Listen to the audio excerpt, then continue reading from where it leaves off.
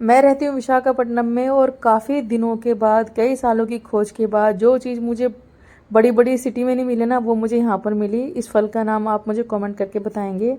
ये अक्टूबर के महीने में आता है, बहुत ही ज़्यादा स्वादिष्ट होता है, बहुत ही बढ़िया। हाय एवरीवन, कैसे हैं आप सभी? आशा करती हूँ कि बढ़िया होंगे। मैं भी बहुत अच्छी हूँ और मैं जा रही हूँ घर अभी, तो मेरी पैकिंग शैकिंग चल रही है। घर में काफ़ी सारा काम फैला हुआ है।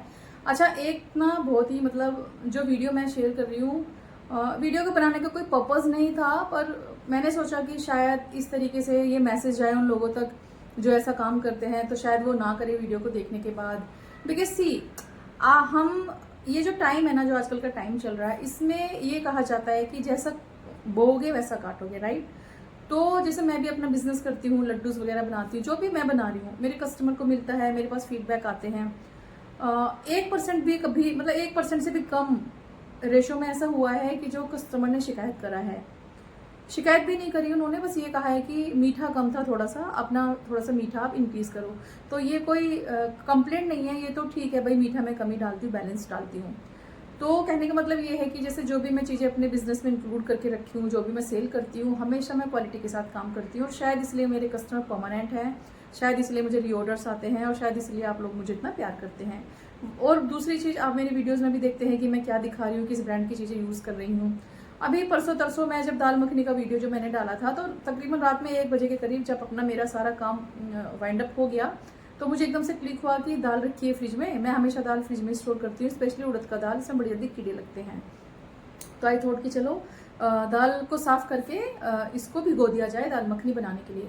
तो जब मैंने वो दाल निकाली guys, I can tell you, दाल इतने पत्थर कि भाई 3-3 बार मुझे वो दाल साफ करनी पड़ी है। तो ये जो दुकानदार है, जो भी ये काम करते हैं, क्या ये सही है? आप किसी से पूरे पैसे ले रहे हो उस चीज के, और आप क्या कर रहे हो? बात यहाँ पर ये नहीं है कि आप उसे पत्थर क्यों मिला रहे हो। अरे पत्थर मिला रहे हो आप, गलती से एक पत्थर हमारे शरीर के अंदर चला गया, कई बार हो जाता है कि खाना खाते हुए पत्थर मुंह में आ जाता है, उससे कितनी प्रॉब्लम हो जाती है। तो जरा से लालच में आप किसी की जान के साथ खेल रहे हो। हम महिलाएं अपने घर में दाल चावल जब भी बनाते हैं, हमेशा साफ करके बनाते हैं। आजकल तो मार्केट में किसी भी स्टोर पे आप शॉपिंग के लिए जाएंगे, ग्रोसरी के लिए, वहां पर 4-5 लेडीज बैठे रहते हैं प्रॉपर क्लीनिंग करने के लिए, दाल को साफ करती रहती हैं, राइस साफ करती रहती हैं। लेकिन उसके बावजूद मुझे जो मेरे पास जो दाल है वो ब्रांडेड दाल है, उसमें इतने पत्थर है हद से ज्यादा। और कुछ दाल में ना ऐसा मिलाते हैं जो दिखने में बिल्कुल दाल जैसा होता है, जब दाल गल जाती है, पूरी सीटी आप लगा लो, वो चीज गलती नहीं है। आप लोगों के साथ हुआ होगा उड़द की दाल में स्पेशली, काले काले ना ऐसा लगता है जैसे काली मिर्च के दाने हों। लुक में बिल्कुल आपको वही लगेगा, लेकिन वो काली मिर्ची भी नहीं है, वो मुझे लगता है वो किसी तरीके का कोई पत्थर ही है, जो अगेन हमारी बॉडी के लिए हार्मफुल हो सकता है। तो आप लोग जो बेच रहे हो, उसके पैसे कस्टमर से ले रहे हो ना, तो उसमें चीटिंग क्यों करते हो? आप 2 रुपए महंगा दे दो, पर कस्टमर के साथ इस तरीके से तो मत खेलो। और कौन सी चीज सस्ती है आज के टाइम में? सब कुछ इतना महंगा हो गया है, दालें स्पेशली कितनी महंगी हो गई है, 4 गुना दाम आजकल हम दालों का दे रहे हैं, और उसमें इतने पत्थर आ रहे हैं। और फिर उनको बैठ के साफ करो, फिर भी 1-2 पत्थर छूट जाए, मुंह में चला जाए, तो क्या होगा? आप खुद ही देखना इस वीडियो में कितने पत्थर निकले हैं, और आप बताना क्या मैं गलत बोल रही हूँ? आप खुद बताना। या जो भी ये लोग करते हैं दाल वगैरह के साथ, क्या ये सही कर रहे हैं? क्या इन्हें ऐसा करना चाहिए? नहीं ना। तो ये मेरा मैसेज है, अगर आपको थोड़ा भी लगे कि ये वीडियो को, ये मैसेज जाना चाहिए दुकानदारों तक, तो प्लीज़ इस वीडियो को शेयर करिएगा, क्योंकि ये चीज़ सही नहीं है। खराब लगता है यार, we are paying for this. जब हम पे कर रहे हैं, आपको सामान के पैसे दे रहे हैं, तो आप इतनी चीट क्यों कर रहे हो? आप 2 रुपए एक्स्ट्रा बोल के हमसे वैसे ही ले लो, हम दे देंगे। दुकानदार, ग्रोसरी की दुकान पे कौन बार्गेनिंग करता है? कभी होता है ऐसा कि दाल वाले भैया को बोलो कि दाल कम लगा लो? नहीं ना। कपड़े की दुकान पे जाकर बेशक हम ये कह देते हैं कि भैया 350 की नहीं, 340 की ले लो। ग्रोसरी की दुकान हुई, या फिर ये मेडिकल स्टोर हुआ, बच्चों के स्कूल की फीस हुई इन सब चीजों में थोड़ी ना बार्गेनिंग होती है, जितना है उतना हम देकर आते हैं। तो ये सबको पता है। बार्गेनिंग करने के लिए मेकअप की दुकान पे आप चले जाओ, किसी चीज में बार्गेनिंग कर सकते हो? नहीं ना। तो उनको भी पता है कि जो इस पे एमआरपी लिखा है, एक दो हमें हमें खुश करने के लिए 500 रुपए का है, मैं आपको दे रहा हूँ 495, तो वो उतने का ही होता है। वो एक स्ट्रेटेजी होती है, वो हमें पता है, लेकिन फिर भी हम दे रहे हैं ना आप लोगों को। तो ऐसा मत करो यार, किसी की सेहत के साथ मत खेलिए, ये गलत है। बाकी चॉइस इज टोटली योर्स, आपको जो करना है आप कर सकते हो। ये मेरा एक मैसेज था, because I got frustrated that day. इतना साफ करने के बाद हस्बैंड का वीडियो कॉल आ रहा है रात में 1-1:30 बजे, और मैं दाल साफ, मैं उनका फोन कट पे कट कर जा रही हूँ। मैंने कहा रुक जाओ, मेरे को कंसंट्रेट करने दो, बहुत हो गया अभी। मुझे पता है काफ़ी सारे लोग इस वीडियो पर उल्टे सीधे कमेंट्स भी करेंगे कि तुम कौन होती हो ये बोलने वाली, तुम कौन होती हो जज करने वाली। तो मैं बताऊं, मैं वो हूँ जो इन चीज़ों को खरीदती हूँ और जिनके लिए पैसा देती हूँ। ये देखिए दाल, रात के 1:30 बजे मैं दाल साफ़ कर रही थी। मेरे काम लेट तक ही होते हैं क्योंकि मेरे बिज़नेस वगैरह में मेरी पैकिंग होती है।